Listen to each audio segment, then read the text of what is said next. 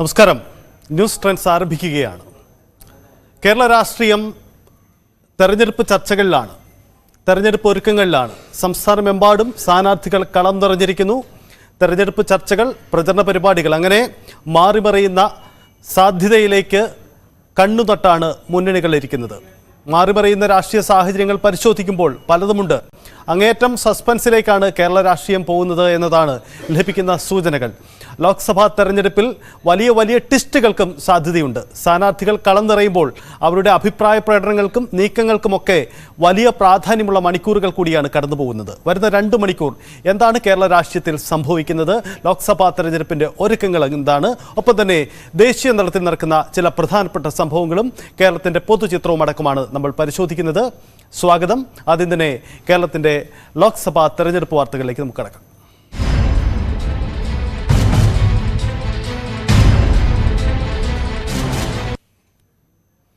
എല്ലാ മണ്ഡലങ്ങളിലും സ്ഥാനാർത്ഥികൾ കളം നിറഞ്ഞു കഴിഞ്ഞു. ഇടതുമുന്നണിയും UDF-ഉം BJP-യും സ്ഥാനാർത്ഥികളെ കളത്തിലിറക്കി പ്രചരണ രംഗം കൊഴുപ്പിക്കുകയാണ്. വടകരയിൽ അങ്ങേയറ്റം സസ്പെൻസ് ഉള്ള ഇടമാണ്. അവിടെ UDF-ന്റെ അപ്രതീക്ഷിത സ്ഥാനാർത്ഥിയായി എത്തിയത് ഷാഫി പറമ്പിലാണ്. ഷാഫി പറമ്പിൽ അദ്ദേഹത്തിൻ്റെ രാവിലത്തെ പര്യടന പരിപാടികൾ ആരംഭിച്ചു കഴിഞ്ഞു. രാവിലെ TP ചന്ദ്രശേഖരൻ്റെ ഭവനത്തിലും അദ്ദേഹത്തിൻ്റെ സ്മാരകത്തിലും എത്തി പുഷ്പാർച്ചന അർപ്പിച്ചുകൊണ്ട് പ്രചരണ പരിപാടികൾക്ക് ഷാഫി പറമ്പിൽ തുടക്കമിട്ട് കഴിഞ്ഞു. തലസ്ഥാന മണ്ഡലത്തിലേക്ക് വരുമ്പോൾ തിരുവനന്തപുരം സസ്പെൻസുകൾ നിരവധി ഒളിപ്പിച്ചിട്ടുള്ള മണ്ഡലമാണ്. അവിടെ Shashi Tharoor sitting MP UDF സ്ഥാനാർത്ഥി, അദ്ദേഹവും കളം നിറഞ്ഞു കഴിഞ്ഞു. രാജീവ് ചന്ദ്രശേഖർ BJP സ്ഥാനാർത്ഥിക്കും ഇന്ന് വിപുലമായ പരിപാടികളുണ്ട്. ഒപ്പം ഇടതു സ്ഥാനാർത്ഥിയും പന്ന്യൻ രവീന്ദ്രനും പര്യടന പരിപാടികളുമായി ഇങ്ങനെ തുടരുകയാണ്. അങ്ങനെയാണ് സംസ്ഥാനത്തിൻ്റെ എല്ലാ ഇടങ്ങളിലും സ്ഥാനാർത്ഥികളുടെ പൊതുചിത്രം എന്ത് എന്നതാണ് നമ്മൾ പരിശോധനയിലേക്ക് ആദ്യം പോകുന്നത്. തിരുവനന്തപുരത്ത് നിന്നും ആദ്യം ഡാൻ കുര്യൻ നമുക്കൊപ്പം ചേരുന്നുണ്ട്. ഡാൻ നിൽക്കുന്നത് ശശി തരൂരിൻ്റെ വീടിന് മുന്നിലാണ്. ഡാൻ, ശശി തരൂർ ഇന്നലെയാണ് എത്തിയത്. ഇന്നലെ എത്തിയതിനു ശേഷം തനിക്ക് പതിവ് റോഡ് ഷോ പോലെയുള്ള പര്യടന പരിപാടികളുടെ ഒന്നും ആവശ്യമില്ല, തനിക്കിവിടെ പരിചയപ്പെടുത്തലിൻ്റെ ആവശ്യമില്ല എന്നൊരു നിലപാടെടുത്താണ് തരൂർ വരുന്നത്. അത് UDF ക്യാമ്പിൻ്റെ ഒരു പൊതു നിലപാടാണോ? എന്താണ് ഇന്ന് തരൂരിൻ്റെ നീക്കം?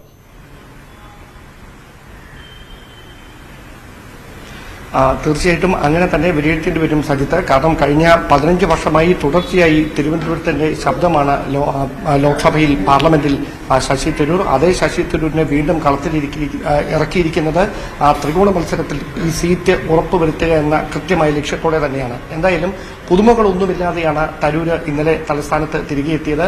റോഡ് ഷോ ഇല്ലായിരുന്നു, മറ്റ് പ്രകടനങ്ങളൊന്നുമില്ലായിരുന്നു.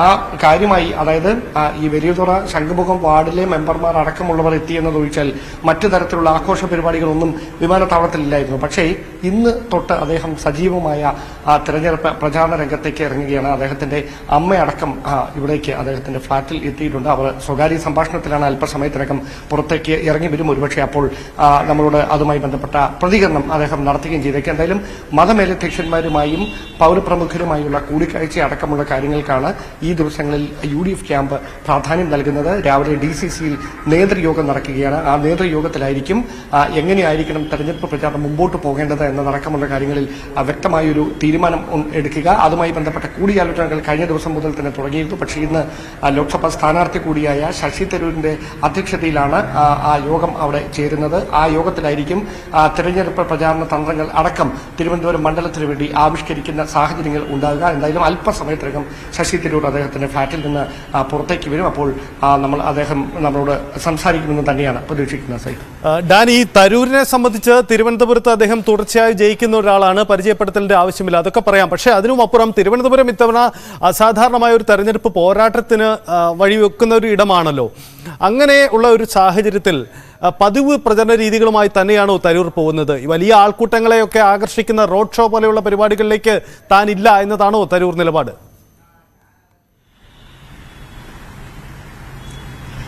അദ്ദേഹം അത്തരം പ്രചാരണ രീതികളിലേക്കൊക്കെ കടക്കുന്നത് അവസാന ഘട്ടത്തിൽ മാത്രമാണ്. ആദ്യഘട്ടത്തിൽ സാധാരണ, അതായത് പ്രവർത്തകർക്കൊപ്പം ദേവാലയങ്ങൾ സന്ദർശിക്കുക, ക്ഷേത്രങ്ങൾ സന്ദർശിക്കുക, ഞാൻ നേരത്തെ സൂചിപ്പിച്ച പോലെയുള്ള ഈ മറ്റ് സ്ഥാപനങ്ങൾ അല്ലെങ്കിൽ ഈ കൂടുതൽ ആളുകൾ എത്തുന്ന സ്ഥലങ്ങൾ, IT പാർക്കുകൾ, അതൊക്കെ അവിടെയൊക്കെ സന്ദർശനം നടത്തി വോട്ട് ഉറപ്പാക്കുക, യുവജനങ്ങളുമായി സംവദിക്കുക, അവരുടെ പ്രതീക്ഷകൾ ആരായുക തുടങ്ങിയ കാര്യങ്ങൾക്കൊക്കെ ആയിരിക്കും ആദ്യഘട്ടത്തിൽ അദ്ദേഹം പ്രാധാന്യം നൽകുന്നത്. ഇതേ ശൈലിയിൽ തന്നെ രാജീവ് ചന്ദ്രശേഖറും ആദ്യഘട്ടം മുതൽ തന്നെ അദ്ദേഹത്തിന്റെ പ്രചാരണം തിരുവനന്തപുരത്ത് തുടക്കമിട്ട് കഴിഞ്ഞിരിക്കുന്നു. ഇന്ന് സീഡാക്കിലടക്കം രാജീവ് ചന്ദ്രശേഖർ ഉച്ചയ്ക്ക് എത്തുന്നുമുണ്ട്. എന്തായാലും ഒരു കാര്യം ഉറപ്പാണ്, തീപാറുന്ന പോരാട്ടമായിരിക്കും തിരുവനന്തപുരം മണ്ഡലത്തിൽ നടക്കുക എന്ന കാര്യത്തിൽ യാതൊരു സംശയവും വേണ്ട. കാരണം സാധാരണക്കാരന്റെ മുഖവുമായി സാധാരണക്കാരന്റെ വേഷവുമായി പന്ന്യൻ രവീന്ദ്രൻ സാധാരണക്കാർക്കിടയിലേക്ക് ഇറങ്ങുമ്പോൾ രണ്ട് പ്രമുഖ വ്യക്തികളെ പരസ്പരം ഏറ്റുമുട്ടുന്ന തരത്തിലേക്ക് BJPയും കോൺഗ്രസും ഇങ്ങനെ തരൂരിനെയും രാജീവ് ചന്ദ്രശേഖരനെയും കൂടെ കളത്തിലിറക്കിയിരിക്കുന്ന ഒരു സാഹചര്യമുണ്ട്.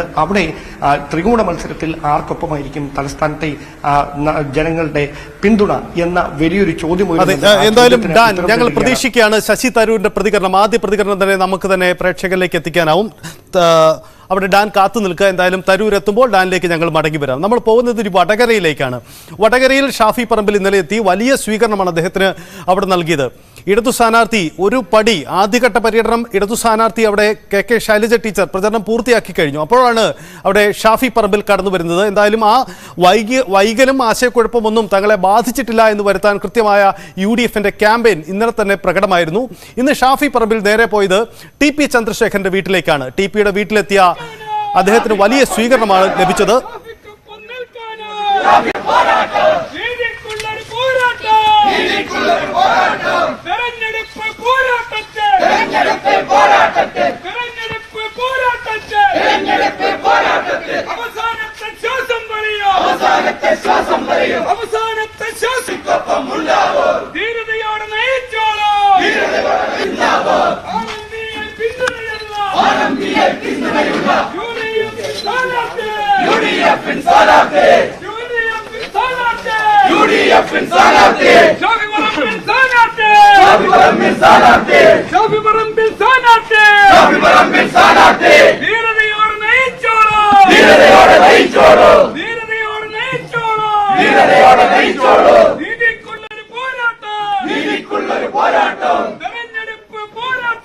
ഷാഫി പറമ്പിലിന് വൻ സ്വീകരണമാണ് TPയുടെ വീട്ടിൽ ലഭിച്ചത്. എന്തായാലും വടകരയിലെ UDFന്റെ പ്രധാന പ്രചരണ തന്ത്രം TP ചന്ദ്രശേഖരന്റെ സാന്നിധ്യമാണ്.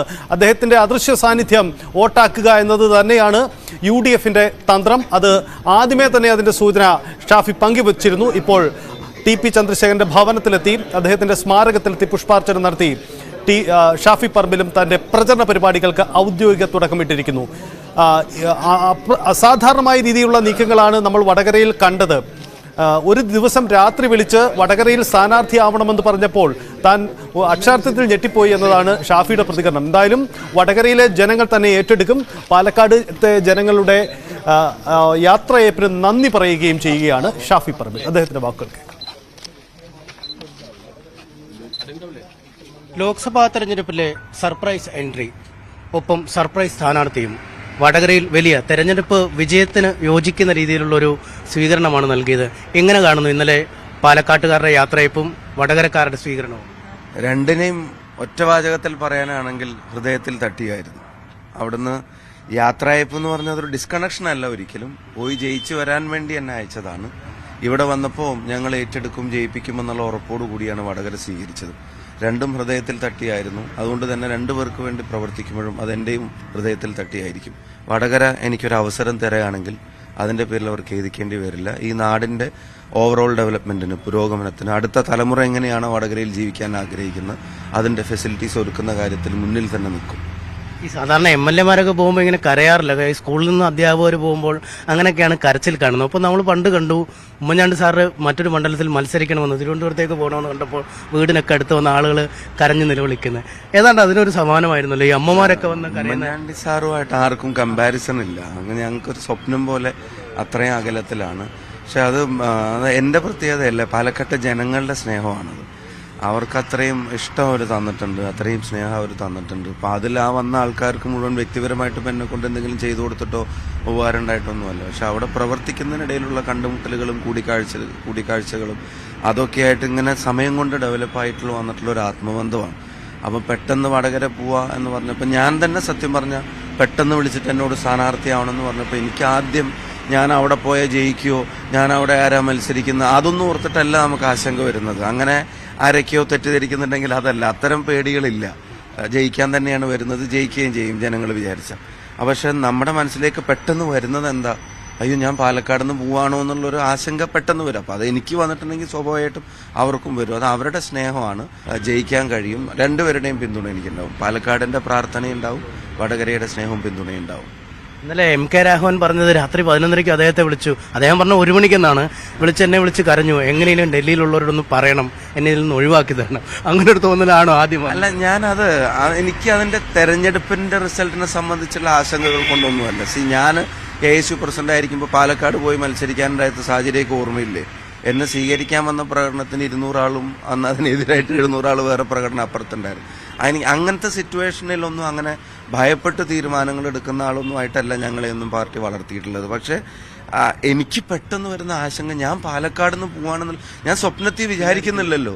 അത് കേൾക്കുമ്പോൾ പെട്ടെന്ന് രാഘവേട്ടനെ വിളിച്ചപ്പോൾ ഞാൻ പറഞ്ഞു, രാഘവേട്ടൻ ഞാൻ എങ്ങനെ പാലക്കാട് നിന്ന് പോരുക, എനിക്കിവിടെ ഞാനിത് ഇവിടുത്തെ ആൾക്കാരോട് ആരോടും പറഞ്ഞിട്ടില്ല, എനിക്ക് അത് ഭയങ്കര പ്രയാസവും, അവർക്കും പ്രയാസമാവും എനിക്കും പ്രയാസമാവും.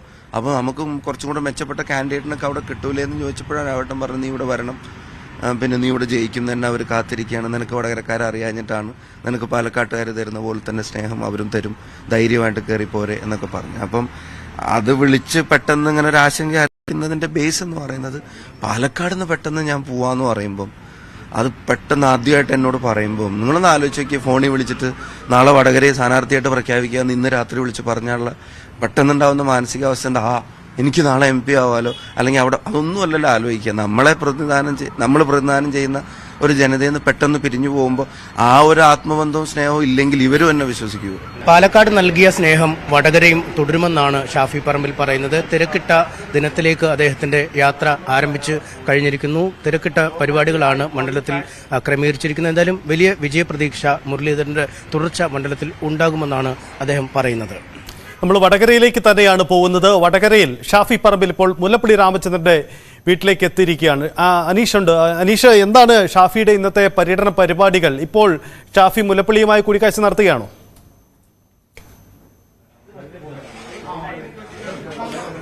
സജിത്ത് മുല്ലപ്പള്ളിയുടെ വീട്ടിലേക്ക് എത്തിയിട്ടില്ല. TPയുടെ വീട്ടിൽ അദ്ദേഹത്തിന്റെ സ്മാരകത്തിൽ പുഷ്പാർച്ചനയൊക്കെ നടത്തിയ ശേഷം അവിടെ നിന്നും തിരിച്ചിട്ടുണ്ട്. അല്പസമയത്തിനകം മുക്കാളിയിലെ മുല്ലപ്പള്ളി രാമചന്ദ്രന്റെ വീട്ടിലേക്ക് എത്തും. അദ്ദേഹം അകത്തുണ്ട്. മറ്റു കോൺഗ്രസ് നേതാക്കളെല്ലാം സ്ഥലത്തെത്തിയിട്ടുണ്ട്.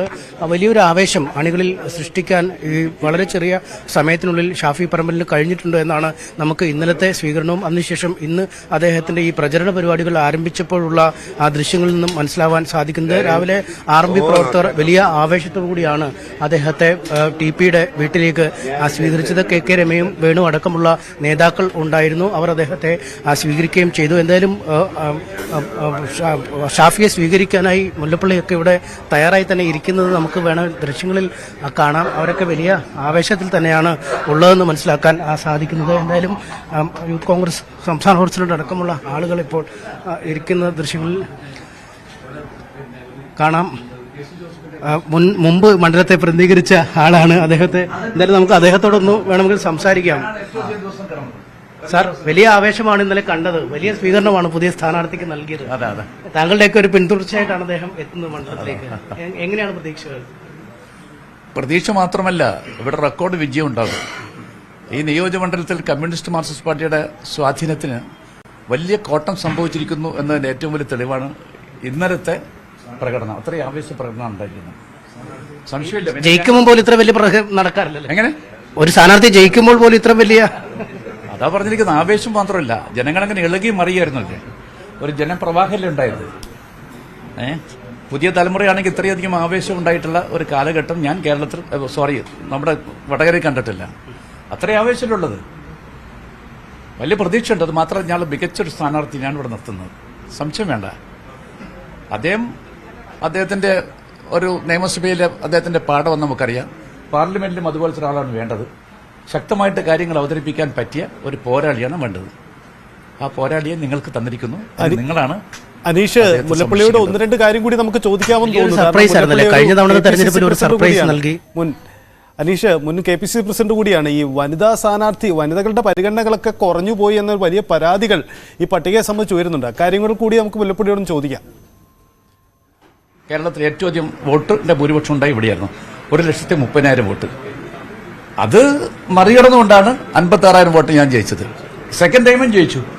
അത് കഴിഞ്ഞിട്ട് സത്യത്തിൽ ഞാൻ ഉഴുതു മറച്ച മണ്ണിലാണ് പിന്നീട് ഇവിടെ വിളവെടുപ്പൊക്കെ നടന്നിരിക്കുന്നത്. അപ്പം മണ്ണിവിടെ നന്നായിട്ട് കളച്ചിട്ടുണ്ട്.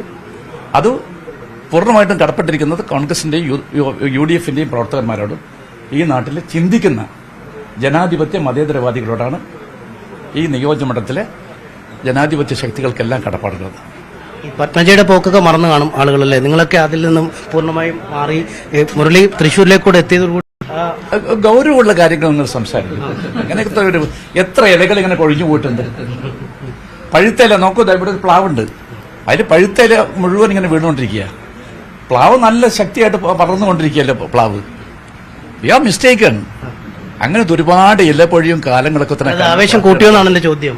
ഈ ആളുകൾ ഇങ്ങനെ പെട്ടെന്ന് തെരഞ്ഞെടുപ്പിന്റെ വക്കത്തെത്തി പോകുമ്പോൾ അത് പ്രവർത്തകരുടെ ആവേശം വർദ്ധിപ്പിക്കുക. ഞാൻ ചോദിക്കട്ടെ, ഞങ്ങളുടെ സ്ഥാനാർത്ഥികൾ നോമിനേഷൻ കൊടുക്കുന്നതിന് മുമ്പ് തന്നെ നിയോജകമണ്ഡലത്തിൽ വന്നപ്പോൾ തന്നെ ഏത് നിയോജകമണ്ഡലത്തിലാണ് ആവേശമില്ലാതെ പോയത്? എല്ലാ നിയോജകമണ്ഡലത്തിലും ആവേശമാണ്. കാരണം അത്രയും അനുകൂലമായ രാഷ്ട്രീയ സാഹചര്യമാണ് കേരളത്തിലുള്ളത്. ഒന്ന് നമ്മുടെ മുഖ്യമന്ത്രി കാരണഭൂതൻ തന്നെ വേണ്ട സഹായങ്ങളൊക്കെ തന്നെ ഞങ്ങൾ ചെയ്തു തരുന്നുണ്ട്. പിന്നെ കേന്ദ്രത്തിൽ നരേന്ദ്രമോദിയുടെ ഫാസിസ്റ്റ് ഭരണകൂടം, അതിനെ പരാജയപ്പെടുത്താൻ പ്രതിച്ചെടുത്ത ജനങ്ങളാണ് ഇന്ത്യ രാജ്യത്ത് അങ്ങോട്ടും ഇങ്ങോട്ടുള്ളത്. അവരൊക്കെ തന്നെ ഒറ്റക്കെട്ടായിട്ട് ഞങ്ങളുടെ കൂടെ നിൽക്കുന്ന കാര്യത്തിൽ എന്താ സംശയമുള്ളത്? അതുകൊണ്ട് നിങ്ങൾ റിപ്പോർട്ട് ചെയ്തോളൂ, ഷാഫി വിജയിച്ചിരിക്കുന്നു. എത്ര ഭൂരിപക്ഷം താങ്കൾ? ഭൂരിപക്ഷത്തെ കുറിച്ച് പറയാം, കാരണം ഇലക്ഷൻ തുടങ്ങിയിട്ടല്ലേ ഉള്ളൂ. ഭൂരിപക്ഷം ഒരു ഘട്ടം നിങ്ങൾ അനീഷ്, ഈ KPCC-യുടെ പട്ടികയിൽ സ്ത്രീ പ്രാതിനിധ്യം കുറഞ്ഞുപോയി, വനിതാ പ്രാതിനിധ്യം കുറഞ്ഞുപോയി, വലിയ പരാതികളുണ്ട്. മുല്ലപ്പള്ളിയുടെ ഒരു പ്രതികരണം സ്വാഭാവികമായും പ്രാധാന്യമുള്ളതാണ്. ഞാൻ സ്ഥാനാർത്ഥിയെ കുറിച്ചൊക്കെ തന്നെ 4-5 ദിവസം മുമ്പേ പറഞ്ഞു കഴിഞ്ഞതാ, വളരെ കൃത്യമായിട്ടാണ്. പക്ഷേ എൻ്റെ UDF-ന്റെയും കോൺഗ്രസിന്റെയും പ്രവർത്തകന്മാർക്ക് പോലും ഞാൻ പറഞ്ഞതിന്റെ അർത്ഥം വരികൾക്കിടയിൽ വായിക്കാൻ അവർക്ക് സാധിക്കാത്ത പോലെ ദുഃഖം എനിക്കുണ്ട്. സാർ, ഇപ്പോൾ ഈ വനിതാ സാന്നിധ്യം വളരെ കുറവാണ് തെരഞ്ഞെടുപ്പിൽ. അതൊരു ന്യൂനതയായിട്ട് താങ്കൾക്ക് തോന്നുന്നുണ്ടോ? അല്ല, കഴിഞ്ഞ തവണയും ഒരു ലേഡി കാൻഡിഡേറ്റും ഉണ്ടായിരുന്നു, പിന്നെ രണ്ടുപേരുണ്ടായിരുന്നു. ഒന്നും ബാധിക്കില്ല.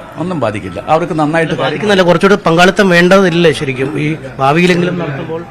അത് പറഞ്ഞല്ലോ, എല്ലാ കാലത്തും പങ്കാളിത്തം ഉണ്ടല്ലോ. മുല്ലപ്പള്ളി രാമചന്ദ്രന്റെ പ്രതികരണമാണ് നമ്മൾ കേട്ടത്. രമേശ് ചെന്നിത്തല തിരുവനന്തപുരത്തുണ്ട്. അദ്ദേഹം കൃത്യമായ ചില രാഷ്ട്രീയം പറയാൻ ഇന്ന് ശ്രമിക്കുന്നു. മാധ്യമങ്ങളെ അദ്ദേഹം കാണുകയാണ്. അദ്ദേഹത്തിന്റെ വാക്കുകൾ കൂടി നമുക്ക് വേഗത്തിൽ കേട്ട ശേഷം വരാം. ജനദ്രോഹ നടപടികൾക്കെതിരായി ജനങ്ങൾ ചിന്തിക്കുന്നു എന്നുള്ളത് ഈ തെരഞ്ഞെടുപ്പിലൂടെ തെളിയിക്കാൻ പോകുന്ന കാര്യമാണ്. ഈ തവണ 20-ൽ 20 സീറ്റും UDF നേടും എന്ന് കണ്ടുകൊണ്ടാണ് LDF കൺവീനർ BJPക്ക് പിന്തുണ കൊടുത്തുകൊണ്ടിരിക്കുന്നത്. BJPയുടെ ഏജന്റന്മാരായി CPM-ന്റെ നേതാക്കന്മാർ മാറുന്നത് തികച്ചും ദൗർഭാഗ്യകരമാണ്. കഴിഞ്ഞ നിയമസഭാ തെരഞ്ഞെടുപ്പിൽ 69 സീറ്റുകളിലാണ് BJPയുടെ വോട്ട് ഇടതുപക്ഷത്തിന് പോയത്. കോൺഗ്രസ് നേതൃത്വത്തിൽ ഒരു ഗവൺമെന്റ് ഉണ്ടാകാതിരിക്കാൻ വേണ്ടിയായിരുന്നു കഴിഞ്ഞ തെരഞ്ഞെടുപ്പിൽ ഇടതുമുന്നണിക്ക് BJPക്കാർ വോട്ട് ചെയ്തത്. ഇത്തവണ അതിന്റെ പ്രത്യുപകാരമാണ് നമ്മളിപ്പോൾ കണ്ടിരിക്കുന്നത്.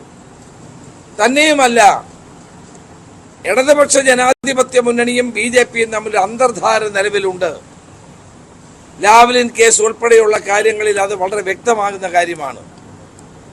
ഈ തെരഞ്ഞെടുപ്പിൽ ഞങ്ങൾ അതിശക്തമായും പോരാടുന്നത് കേരളത്തിൽ BJP അക്കൗണ്ട് തുറക്കാൻ പാടില്ല എന്ന നിർബന്ധ ബുദ്ധിയോടെയാണ്. അതുമാത്രമല്ല, കേരളത്തിലെ ഇടതുപക്ഷ ജനാധിപത്യ മുന്നണി ഗവൺമെന്റിനെ ജനദ്രോഹ നടപടികൾ തുറന്നു കാട്ടാൻ വേണ്ടി കൂടിയാണ്. നരേന്ദ്രമോദിയെ താഴെ ഇറക്കുക എന്നുള്ള ലക്ഷ്യത്തോടെയാണ് ഞങ്ങൾ പ്രവർത്തിക്കുന്നത്. കേരളത്തിലെ ഗവൺമെന്റ് ആളുകൾക്ക് ഇന്ന് പെൻഷൻ കൊടുക്കുന്നില്ല, ശമ്പളം കൊടുക്കുന്നില്ല, 52 ലക്ഷം ആളുകൾക്ക് ക്ഷേമ പെൻഷൻ കൊടുക്കുന്നില്ല. ഷാഫി പറമ്പിൽ മുല്ലപ്പള്ളി രാമചന്ദ്രനെ കാണുന്നതിന് വേണ്ടി അവിടെ എത്തിയിരിക്കുകയാണ്. ഇരുവരും ഒന്നിച്ചുണ്ട് മുല്ലപ്പള്ളിയുടെ വീട്ടിൽ.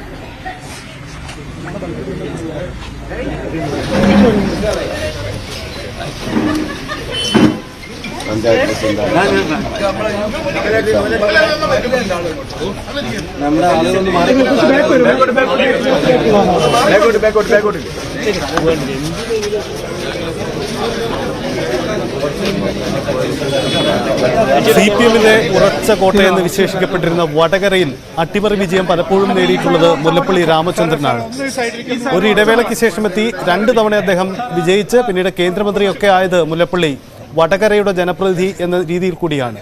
വടകരയിൽ പിന്നീട് കെ മുരളീധരൻ അവിടെ സ്ഥാനാർത്ഥിയാവുകയും കെ മുരളീധരൻ്റെ വിജയമാണ് നമ്മൾ പിന്നീട് കണ്ടത്. അങ്ങനെ ഇപ്പോൾ ആ ദൗത്യം കരുണാകരൻ്റെ കെ മുരളീധരൻ്റെ പിൻഗാമിയായി അവിടെ ഷാഫി പറമ്പിൽ എത്തുന്നു. ഇപ്പോഴത്തെ പ്രത്യേക രാഷ്ട്രീയ സാഹചര്യത്തിൽ അങ്ങനെ ഷാഫി പറമ്പിൽ വടകര സ്ഥാനാർത്ഥിയായി എത്തുമ്പോൾ അദ്ദേഹം പ്രധാന നേതാക്കളുമായി കൂടിക്കാഴ്ച നടത്തുകയാണ്. അതിൽ പ്രധാനപ്പെട്ട ഒരു വ്യക്തിയായി മുല്ലപ്പള്ളി രാമചന്ദ്രൻ മാറുന്നു. എന്തായാലും മുല്ലപ്പള്ളിയുടെ ആത്മവിശ്വാസം ഇത്തവണ അവിടെ ഷാഫി വൻ വിജയം നേടുമെന്ന് തന്നെയാണ്.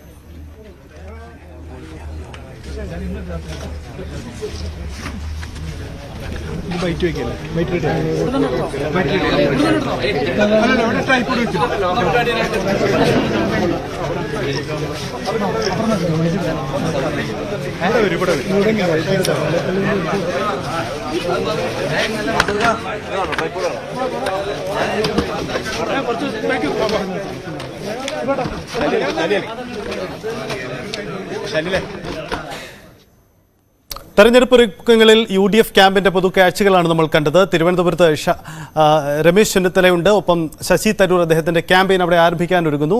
വടകരയിലേക്ക് ചെന്നപ്പോൾ ഷാഫി പറമ്പിൽ രാവിലെ തിരക്കിട്ട പ്രചരണ പരിപാടികളുമായി നടക്കുകയാണ്. നമുക്കിനിയും ആലപ്പുഴയിലേക്കാണ് പോകേണ്ടത്. ആലപ്പുഴയിലും ഇടതു ക്യാമ്പിന്റെ പ്രചരണ പരിപാടികൾക്ക് ശക്തമായ നീക്കം നടക്കുന്നു. അവിടെ ആരിഫ് കൃത്യമായ ചില രാഷ്ട്രീയവും പറയുന്നുണ്ട്. എന്താണ് അദ്ദേഹത്തിന് പറയാനുള്ളതെന്ന് കൂടി നമുക്ക് നോക്കാം ഇടവേളയ്ക്ക് ശേഷം.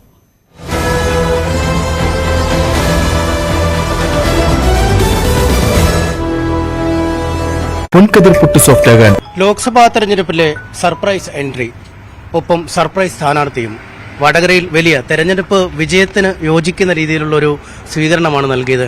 എങ്ങനെ കാണുന്നു ഇന്നലെ പാലക്കാട്ടുകാരുടെ യാത്രയപ്പും വടകരക്കാരുടെ സ്വീകരണവും? രണ്ടിനെയും ഒറ്റവാചകത്തിൽ പറയാനാണെങ്കിൽ ഹൃദയത്തിൽ തട്ടിയായിരുന്നു. അവിടുന്ന് യാത്രയപ്പ് എന്ന് പറഞ്ഞത് ഒരു ഡിസ്കണക്ഷൻ അല്ല, ഒരിക്കലും പോയി ജയിച്ചു വരാൻ വേണ്ടി എന്നെ അയച്ചതാണ്. ഇവിടെ വന്നപ്പോൾ ഞങ്ങൾ ഏറ്റെടുക്കും, ജയിപ്പിക്കുമെന്നുള്ള ഉറപ്പോടു കൂടിയാണ് വടകര സ്വീകരിച്ചത്. രണ്ടും ഹൃദയത്തിൽ തട്ടിയായിരുന്നു. അതുകൊണ്ട് തന്നെ രണ്ടുപേർക്ക് വേണ്ടി പ്രവർത്തിക്കുമ്പോഴും അതെന്റെയും ഹൃദയത്തിൽ തട്ടിയായിരിക്കും. വടകര എനിക്കൊരു അവസരം തരാണെങ്കിൽ അതിന്റെ പേരിൽ അവർ ഖേദിക്കേണ്ടി വരില്ല. ഈ നാടിന്റെ ഓവറോൾ ഡെവലപ്മെന്റിന്, പുരോഗമനത്തിന്, അടുത്ത തലമുറ എങ്ങനെയാണ് വടകരയിൽ ജീവിക്കാൻ ആഗ്രഹിക്കുന്നത് അതിന്റെ ഫെസിലിറ്റീസ് ഒരുക്കുന്ന കാര്യത്തിൽ മുന്നിൽ തന്നെ നിൽക്കും. ഈ സാധാരണ MLA-മാരൊക്കെ പോകുമ്പോൾ ഇങ്ങനെ കരയാറില്ല. സ്കൂളിൽ നിന്ന് അധ്യാപകർ പോകുമ്പോൾ അങ്ങനെയൊക്കെയാണ് കരച്ചിൽ കാണുന്നത്. അപ്പോൾ നമ്മൾ പണ്ട് കണ്ടു ഉമ്മൻചാണ്ടി സാറ് മറ്റൊരു മണ്ഡലത്തിൽ മത്സരിക്കണമെന്ന്, തിരുവനന്തപുരത്തേക്ക് പോകണമെന്ന് കണ്ടപ്പോൾ വീടിനൊക്കെ അടുത്ത് വന്ന ആളുകൾ കരഞ്ഞു നിലവിളിക്കുന്നത്. ഏതാണ്ട് അതിനൊരു സമാനമായിരുന്നല്ലോ ഈ അമ്മമാരൊക്കെ വന്ന് കരയുന്നത്. ഉമ്മൻചാണ്ടി സാറുമായിട്ട് ആർക്കും കമ്പാരിസൺ ഇല്ല. അങ്ങനെ ഞങ്ങൾക്കൊരു സ്വപ്നം പോലെ അത്രയും. പക്ഷെ അത്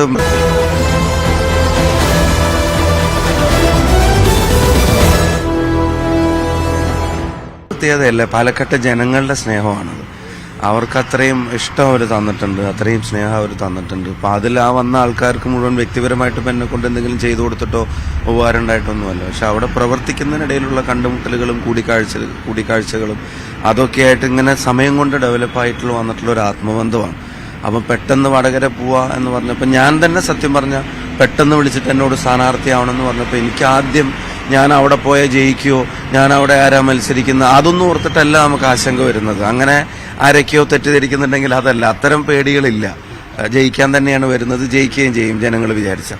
പക്ഷെ നമ്മുടെ മനസ്സിലേക്ക് പെട്ടെന്ന് വരുന്നത് എന്താ, അയ്യോ ഞാൻ പാലക്കാട് നിന്ന് പോവാണോ എന്നുള്ളൊരു ആശങ്ക പെട്ടെന്ന് വരും. അപ്പം അത് എനിക്ക് വന്നിട്ടുണ്ടെങ്കിൽ സ്വാഭാവികമായിട്ടും അവർക്കും വരും. അത് അവരുടെ സ്നേഹമാണ്. പക്ഷേ ഇങ്ങനൊരു ഉത്തരവാദിത്വം പാർട്ടി ഏൽപ്പിക്കുമ്പോൾ അതിന്റെ ഗൗരവം അവർക്ക് മനസ്സിലായി. കണ്ണീരോടെ ചേർത്ത് പിടിച്ചിട്ട് അവർ പറഞ്ഞത് ജയിച്ചിട്ട് വരണം തന്നെയാണ്. അപ്പം എനിക്കിങ്ങോട്ട് വരുമ്പോഴുള്ള ഒരു കരുത്ത് അതാ. അപ്പം അവരെല്ലാവരും കൂടെ അവിടെ വന്നിട്ട് പോകുമ്പോൾ ഇവിടുന്ന് പോകണ്ടെന്ന് മാത്രം പറഞ്ഞിട്ട് വരികയാണെങ്കിൽ എനിക്കൊരു കനം കൂടിയ മനസ്സുമായിട്ടായിരിക്കും ഞാൻ ഇവിടെ വരിക. പക്ഷെ അവിടെ പോയി ജയിച്ചിട്ട് വരണം, തോക്കരുത്. അല്ലെങ്കിൽ അവിടെ നിന്നുള്ള ആൾക്കാർ, ഇന്നലെ ഇപ്പം എന്നോട് പ്രവീണേട്ടനൊക്കെ പറയുന്നു, കുറെ ആൾക്കാർ പാലക്കാട് നിന്ന് വന്നിരുന്നു. അപ്പോൾ അവര് പ്രവീണേട്ടനോടൊക്കെ പറയാണ് ഇത്ര ഞങ്ങളുടെ ആളെ ജയിപ്പിക്കണം എന്ന് പറഞ്ഞു എന്ന് പറഞ്ഞു. അപ്പൊ ഞാൻ പറഞ്ഞു അവരുടെ ആ ഒരു മനസ്സാണത്, ജയിക്കണം എന്ന അവരുടെ ആ ഒരു മനസ്സുണ്ട്. അതെനിക്ക് വലിയൊരു കരുത്താണ്. എന്നാ ഞാൻ പോയി വരുമെന്ന് പറഞ്ഞല്ലേ വിട്ടേക്കുന്നത്, തോറ്റിട്ട് വരും.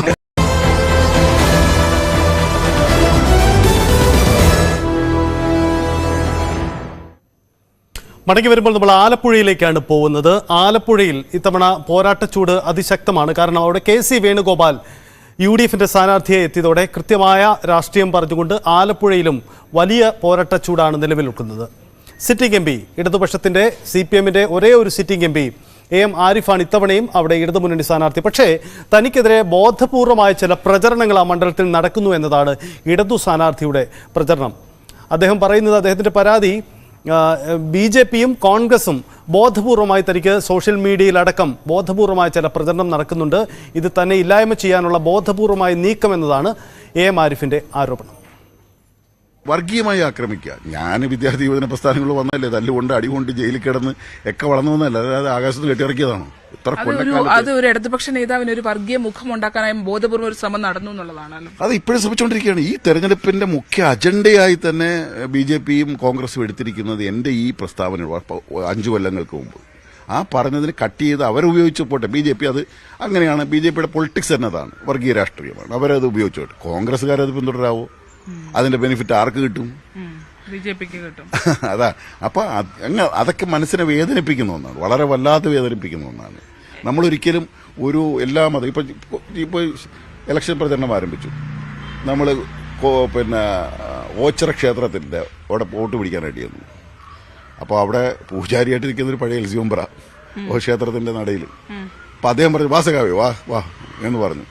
അപ്പൊ ആദ്യം കഴുത്തിലിട്ട മുല്ലപ്പൂമാല ഞാൻ ഊരിയില്ല. അങ്ങോട്ട് ചെന്നപ്പോൾ ഇദ്ദേഹം ജയിച്ചു വരും ഉറപ്പ് എന്നും പറഞ്ഞ് ഒരിതിട്ടു. നമ്മളിതൊന്നും തടയാനോ പിടിക്കാനോ ഒന്നും പറയത്തില്ലല്ലോ. സ്വാഭാവികമായി എല്ലാ മതങ്ങളെയും നമ്മൾ വിശ്വസിക്കുന്നതാണ്. എല്ലാ മതങ്ങളുടെയും ഞാൻ പോയിട്ടുള്ള അത്ര ക്ഷേത്രങ്ങളിൽ ഒട്ടുമിക്ക ഹിന്ദുക്കളും പോയിട്ടില്ല. ഹരിദ്വാർ, ഋഷികേശ് എല്ലാം പോയിട്ടുണ്ട്. ഞാൻ മക്ക, മദീന എല്ലാം പോയിട്ടുണ്ട്. സെന്റ് പോൾസ് കത്തീഡ്രലിൽ പോയിട്ടുണ്ട്, ലണ്ടനിൽ. നമ്മൾ എല്ലാ ദേവാലയങ്ങളും പോകും, എല്ലാ സ്ഥലത്തും പോകും, എല്ലാം ബഹുമാനിക്കും. അപ്പോൾ മാതാ അമൃതാനന്ദ മൈമ്പടത്തിൽ പോയിട്ടുണ്ട്, പിന്നെ മണ്ണാർശാലയിൽ പോയിട്ടുണ്ട്. എല്ലാ മുസ്ലിം ഇവിടെയുള്ള എല്ലാ മുസ്ലിം പള്ളികളിലെയും വിവിധ ആഘോഷ പരിപാടികളെല്ലാം ക്ഷണിക്കാറുണ്ട്. ഞാൻ നോമ്പനുഷ്ഠിക്കും, എല്ലാം ചെയ്യുന്ന ആളാണ്. വെള്ളിയാഴ്ച ദിവസങ്ങൾ പള്ളിയിൽ പോകുന്ന ആളാണ്. ഇതെല്ലാം ഉണ്ട്. ഞാൻ കുറി തൊട്ടത് അങ്ങോട്ട് എടുത്ത് വെച്ചിട്ട് ഈ മണ്ഡലത്തിലെ ഇനി ഒരു മുസ്ലിം പേരുകാരനുണ്ടോ അവർ കാണാൻ വേറെ ആരും ബാക്കിയില്ല. അത്ര രൂപത്തിലാണ് കോൺഗ്രസ് പ്രചരണം നടത്തിയിരിക്കുന്നത്. ഇതൊക്കെ നേരും നെറിയുമുള്ളൊരു പൊളിറ്റിക്സാണ്. ഞാൻ ഇപ്പോൾ ഇതൊക്കെയാണ് ഈ തെരഞ്ഞെടുപ്പിൽ മുസ്ലിം വീടുകളിൽ എത്തിക്കുകയാണ്. ഞാൻ പിന്നെ ബഹുദൈവ ആരാധകനാണ് എന്ന് വരുത്താൻ വേണ്ടിയിട്ടുള്ള ശ്രമം ഏതാ അത്തരത്തിലുള്ള അതാണ് അദ്ദേഹം പറയുന്നത്. മാധ്യമങ്ങളിൽ നിന്നും അടക്കം അത്തരം വിമർശനങ്ങൾ പറയാത്ത വാചകങ്ങളെ വെട്ടിമുറിച്ച് നടത്തിയെന്നൊക്കെയാണ് അദ്ദേഹം പറയുന്നത്. എന്തായാലും ഈ ഒരു വർഗീയ പ്രചരണത്തിലേക്ക് അല്ലെങ്കിൽ ആ രീതിയിലുള്ള ഒരു പ്രചരണം ഉണ്ടാവരുത് എന്നുള്ളതാണ് AM ആരിഫ് ഇത്തവണ തെരഞ്ഞെടുപ്പിൽ.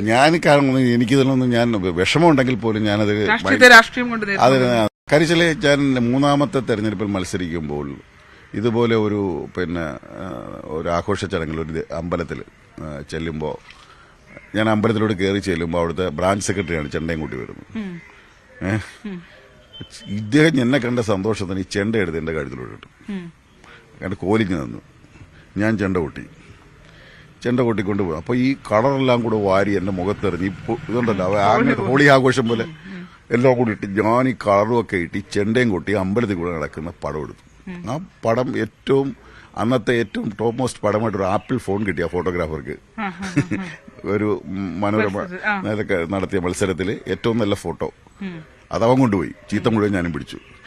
ഇത് വെച്ചിട്ട് നേരെ മുസ്ലിം പള്ളികളിൽ കംപ്ലീറ്റ് അമ്പലത്തിൽ ചെണ്ട കൊട്ടുന്ന ആരിഫ് എന്നും പറഞ്ഞ് പ്രചരിപ്പിച്ചു. ഇങ്ങനെ പ്രചരിപ്പിച്ചു കഴിഞ്ഞ് റിസൾട്ട് വന്നപ്പോൾ എന്താ സ്ഥിതി? 39,000 വോട്ടിന്റെ ഭൂരിപക്ഷമാണ് കിട്ടിയത്. റെക്കോർഡ് ഭൂരിപക്ഷം. അതാണ് അദ്ദേഹം പറയുന്നത്. അതായത് ഈ പറഞ്ഞ രീതിയിൽ വർഗീയമായി പ്രചരണങ്ങളിലേക്ക് പോകാതെ തെരഞ്ഞെടുപ്പിനെ രാഷ്ട്രീയം കൊണ്ട് നേരിടാനുള്ള ഒരു ബോധം എല്ലാവരും കാണിക്കണം, എല്ലാ രാഷ്ട്രീയ പാർട്ടികളും കാണിക്കണമെന്നാണ് AM ആരിഫ് പറയുന്നത്. അത്തരത്തിലുള്ള പ്രചരണങ്ങൾ ഇത്തവണയും ആരംഭിച്ചിട്ടുണ്ട്. പല ഘട്ടങ്ങളിലും പലയിടങ്ങളിലും തന്റെ ഫോട്ടോകളടക്കം തെറ്റായി പ്രചരിക്കപ്പെടുന്നുണ്ട് എന്നുള്ളതും അദ്ദേഹം പറയുന്നുണ്ട്. എന്തായാലും ആലപ്പുഴ ഇത്തവണ വലിയൊരു മത്സരമാണ്. ആ മത്സരത്തിൽ വർഗീയത ഒരു പ്രധാന ഘടകമായി മാറാതിരിക്കട്ടെ എന്ന് നമ്മളും ആഗ്രഹിക്കുകയാണ്. അത്തരത്തിൽ നല്ലൊരു തിരഞ്ഞെടുപ്പായിരിക്കും ഇത്തവണ എന്നുള്ളത്. എന്തായാലും എല്ലാവിധ ആശംസകളും. ശരണ്യ സ്നേഹിച്ചതിന് നമുക്കൊപ്പമുണ്ട്. ശരണ്യ, ആലപ്പുഴയുടെ പോരാട്ട ചൂട് അത് കൃത്യമാണ്. ആരിഫിന്റെ വാക്കുകളിലൂടെ തന്നെ അത് പ്രകടമാണ്. ഈ KC വേണുഗോപാൽ കളത്തിൽ വന്നതോടെ തെരഞ്ഞെടുപ്പിന്റെ ചിത്രം ഏതു തരത്തിലേക്ക് മാറിയിട്ടുണ്ട് ശരണ്യ? കാരണം അവിടെ ഇടതുപക്ഷത്തിന്റെ സിറ്റിംഗ് സീറ്റാണ്. ആരിഫ് തന്നെ അവിടെ വീണ്ടും മത്സരിക്കുന്നത്. സ്വാഭാവികമായും ആദ്യവട്ട മേൽക്കൈ ഇടതുപക്ഷത്തിന് ലഭിക്കേണ്ടതാണ്. ആ മേൽക്കൈ നിലനിർത്തി തന്നെയാണോ ഇപ്പോഴും ആ മണ്ഡലത്തിൽ പ്രചരണ പരിപാടികൾ നീളുന്നത്? അതോ KC വേണുഗോപാൽ വന്നപ്പോൾ ചിത്രം മാറിയിട്ടുണ്ടോ? അങ്ങനെ നമുക്ക് പറയാൻ കഴിയുന്ന ഒരു ഘട്ടമായിട്ടുണ്ടോ?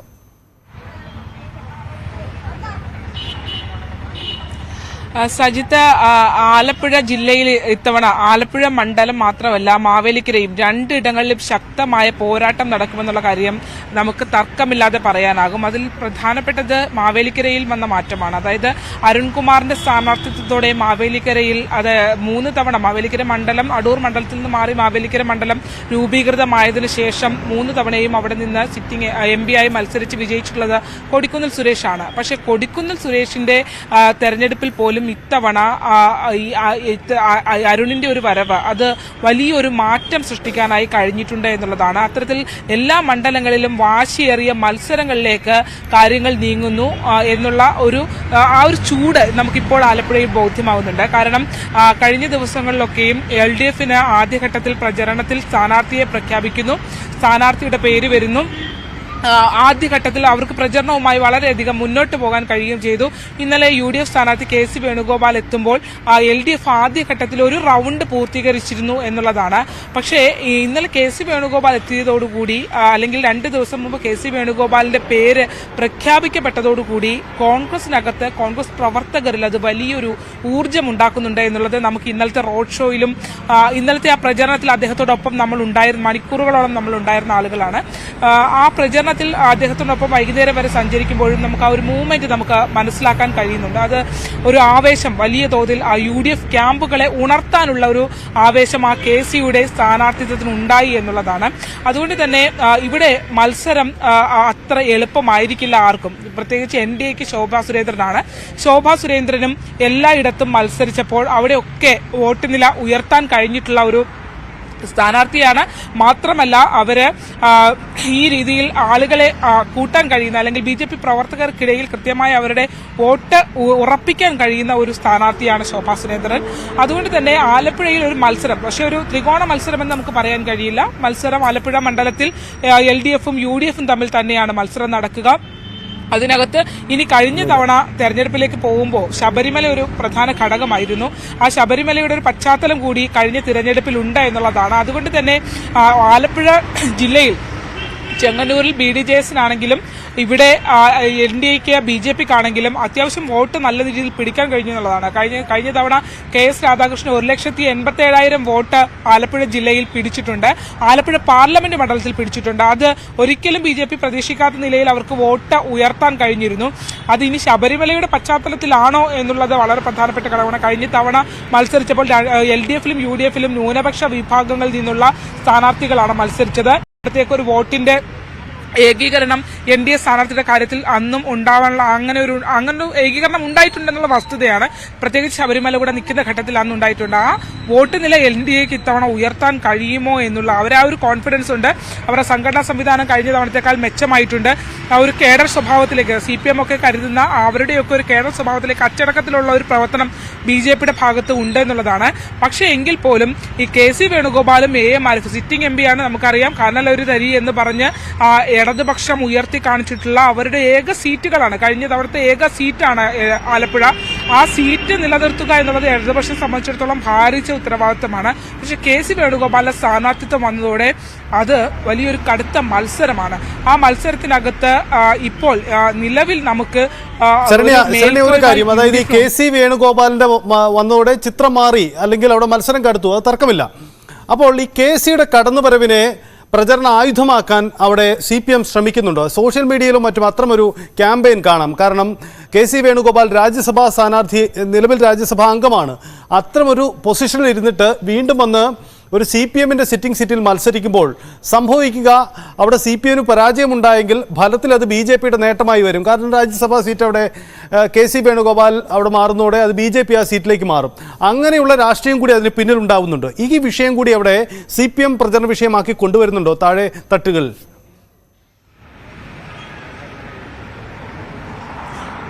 ഉണ്ട് സജിത്ത. ഇവിടെ സോഷ്യൽ മീഡിയ ക്യാമ്പയിന്റെ പ്രധാന ക്യാമ്പയിൻ വിഷയം എന്ന് പറയുന്നത് ഈ KCയുടെ രാജ്യസഭാ സ്ഥാനാർത്ഥിത്വം തന്നെയാണ്. അതായത് രാജ്യസഭാ MP സ്ഥാനം തന്നെയാണ്. അതായത് രാജ്യസഭാ MP സ്ഥാനം അത് കൈവിട്ട് കളഞ്ഞിട്ട് വേണമോ ആലപ്പുഴയിൽ വന്ന് MP ആയി മത്സരിക്കേണ്ടത് എന്നുള്ള ചോദ്യം തന്നെ. അതാണ് ഏറ്റവും പ്രധാനപ്പെട്ട ആയുധമായി. അതായത് BJPക്ക് അങ്ങനെ ഒരു സീറ്റ് നൽകുന്ന, നമുക്കറിയാലോ ഇപ്പൊ രാജസ്ഥാനിൽ ഒരു മെജോറിറ്റി വെച്ച് നോക്കുകയാണെങ്കിൽ BJPക്ക് അങ്ങനെ ഒരു സീറ്റ് കിട്ടാനുള്ള സാധ്യത ഒരുക്കി നൽകിയിട്ട് വേണമോ ഇവിടെ വന്ന് LDF-നെതിരെ മത്സരിക്കേണ്ടത് എന്നുള്ള ഒരു വലിയ പ്രചരണവും അത്തരത്തിലുള്ള റൈറ്റപ്പുകളും വലിയ തോതിൽ ഇവിടെ സോഷ്യൽ മീഡിയ കേന്ദ്രീകരിച്ച്, പ്രത്യേകിച്ച് ഇടതുപക്ഷ സോഷ്യൽ മീഡിയ ക്യാമ്പുകൾ കേന്ദ്രീകരിച്ച് നടക്കുന്നുണ്ട് എന്നുള്ളതാണ്. ആ ഒരു പ്രചരണം തന്നെയാണ് ഇവരുടെ മുഖ്യ ആയുധമായി ഉപയോഗിക്കുന്നത്. ഇപ്പോൾ ആരിഫ് പറഞ്ഞൊരു കാര്യം വളരെ പ്രധാനപ്പെട്ടതാണ്. ആരിഫിനെതിരെ വലിയ തോതിൽ ഒരു വർഗീയ പ്രചരണം നടക്കുന്നുണ്ട്.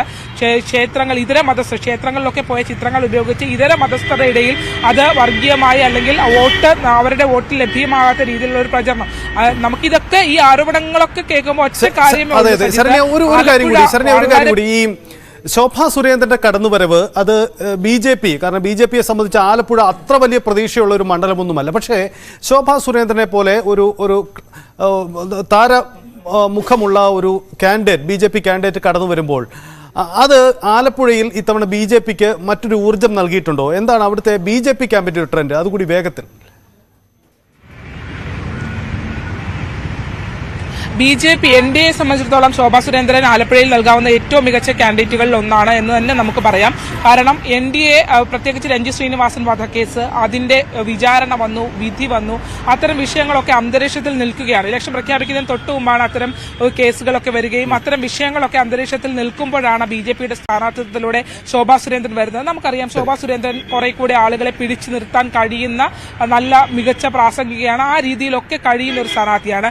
പിന്നെ കഴിഞ്ഞ തവണത്തേക്കാൾ അവരുടെ സംഘടനാ സംവിധാനം മെച്ചപ്പെട്ടിട്ടുണ്ട് എന്നുള്ളതാണ് നമുക്ക് മനസ്സിലാക്കാൻ കഴിയുന്നത്, അവരുടെ ഒരു പ്രചരണത്തിലടക്കമുള്ള കാര്യം. പക്ഷേ നമ്മൾ ഈ പറഞ്ഞ പോലെ ഒരു ലൈവ് ഷോ, റോഡ് ഷോയോ അങ്ങനെയുള്ള പ്രവർത്തനങ്ങളിലൊക്കെ ഒന്നും BJP കടന്നിട്ടില്ല, NDA കടന്നിട്ടില്ല. മറിച്ച് വോട്ട് നില മെച്ചപ്പെടുത്താൻ കഴിയും എന്നുള്ള ഒരു പ്രതീക്ഷ തന്നെയാണ്. കാരണം KS രാധാകൃഷ്ണൻ 1,87,000 വോട്ട് കഴിഞ്ഞ തവണ നിലനിർത്തിയിട്ടുണ്ടെങ്കിൽ അത് ഇത്തവണ NDAക്ക് ഉയർത്താനാകുമെന്നുള്ള കോൺഫിഡൻസ് അവർക്കുണ്ട്. അതുകൊണ്ട് തന്നെ ഈ സാധാരണഗതിയിൽ ഇവിടെ അത്ര പ്രമുഖരായ സ്ഥാനാർത്ഥികളൊന്നുമല്ല വരുന്നത്. പക്ഷേ ശോഭാ സുരേന്ദ്രന്റെ സ്ഥാനാർത്ഥിത്വം ശരിക്കും വോട്ട് നേടാൻ കഴിയുമെന്നുള്ള അതാണ് പ്രതീക്ഷ. തീർച്ചയായിട്ടും. എന്തായാലും ആലപ്പുഴയുടെ പൊതുചിത്രം അതാണ്. ആലപ്പുഴ ഇത്തവണ പറയുന്ന രാഷ്ട്രീയം വളരെ പ്രധാനപ്പെട്ടതാണ്. അങ്ങനെ ദേശീയ തലത്തിൽ പോലും KC വേണുഗോപാലിന്റെ പങ്കാളിത്തത്തോടെ അത് അങ്ങ് ശ്രദ്ധേയമാകുന്നു എന്നാണ് സാഹചര്യം.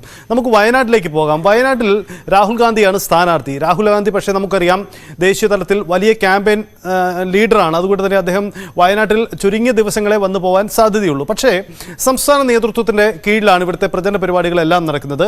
KC വേണുഗോപാൽ സംഘടനാ ജനറൽ സെക്രട്ടറി തന്നെ അവിടെ നേരിട്ടെത്തി അവിടുത്തെ സാഹചര്യങ്ങൾ പരിശോധിക്കുകയാണ്. ഇന്ന് അദ്ദേഹം വയനാട്ടിലുണ്ട് എന്നതാണ് അവിടുത്തെ പൊതുചിത്രം. നമുക്ക് ജിൻസ് തോട്ടുകര നമുക്കൊപ്പം ചേരുന്നുണ്ട്. ജിൻസ്, ഈ വയനാടിന്റെ ചിത്രത്തിലേക്ക് വരുമ്പോൾ അവിടെ രാഹുൽ ഗാന്ധി ക്യാമ്പയിനിലേക്ക് ഏത് ദിവസം അദ്ദേഹം എത്തും എന്നതിൽ ഇതുവരെ ഒരു വ്യക്തത ഉണ്ടായിട്ടില്ല. ഒപ്പം ഇടതു സ്ഥാനാർത്ഥി പ്രചരണ രംഗത്ത് വളരെ മുന്നിൽ പോയ ഒരു ചിത്രം നിലവിൽ അവിടെയുണ്ട്.